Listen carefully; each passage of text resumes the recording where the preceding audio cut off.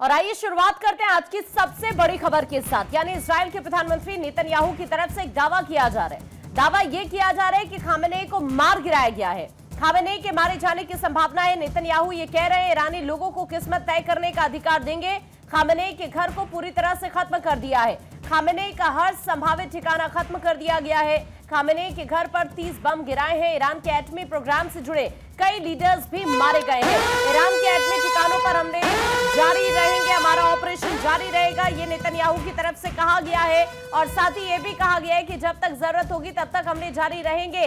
बहुत सारे ऐसे सबूत कि खामेनेई जिंदा नहीं है। हाल ही में देखिए, आपको ये बताएं कि डोनाल्ड ट्रंप की तरफ से भी ये दावा किया गया कि इतिहास का सबसे क्रूर शख्स खामेनेई मारा गया है। उधर अब इजराइल की तरफ से भी ये दावा किया जा रहा है। इजराइल के पीएम नेतन्याहू की तरफ से ये दावा किया जा रहा है। बल्कि ना सिर्फ खामेनेई बल्कि दामाद, बहू और रक्षा मंत्री के भी मारे जाने की इसमें जानकारी। इस बीच यंग जर्नलिस्ट क्लब ने खामेनेई के दामाद, बहू के मारे जाने का भी इसमें दावा किया है।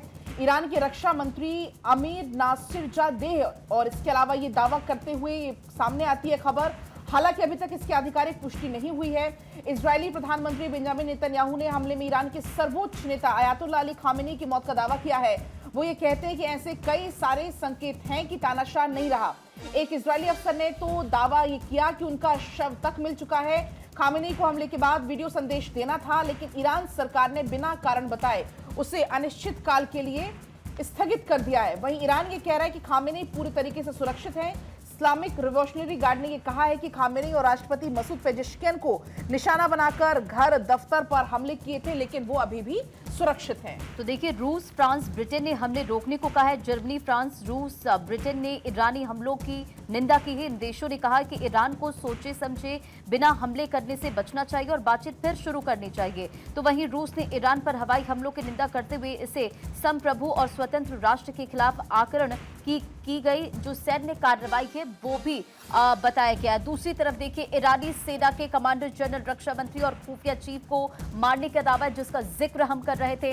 और दूसरी तरफ आप देखिए कि इजराइल की तरफ से ये कहा जा रहा है कि जो खामेनेई है उनका खात्मा हो चुका है, लेकिन ईरान की तरफ से ये स्टेटमेंट जारी किया गया कि वो अभी जिंदा है, अभी वो जीवित है, ये कहा जा रहा है। दूसरी तरफ देखिए, ईरानी विदेश मंत्रालय का नेतन्याहू को भी यहां से आप कह सकते कि चेतावनी है, कहा गया है। और देखिए, तमाम अखबारों के फ्रंट पेज पर इस खबर का जिक्र है कि इस वक्त वहां पर क्या सिचुएशन है। अलग अलग जगहों पे जिस तरह से लोग फंसे हुए हैं, उन तक भी सुविधाएं किस तरह से पहुंचाई जा रही है। बिल्कुल, तो देखिए, खामेनेई पर एक तरफ इजराइल क्या कह रहा है और एक तरफ ईरान क्या कह रहा है, ये हम आपको बता रहे हैं। इजराइल ये दावा कर रहा है कि खामेनेई यानी कि ईरान का सुप्रीम लीडर अब जिंदा नहीं है, वो मारा गया है। लेकिन दूसरी तरफ ईरान ये कह रहा है कि ऐसा नहीं है, खामेनेई सुरक्षित हैं और वो जीवित हैं। लेकिन इजराइल ये कह रहा है कि उनके कुछ लोगों की तरफ से जानकारी दी गई है कि उनका शव मलबे में दिखा है, वो मारे गए हैं।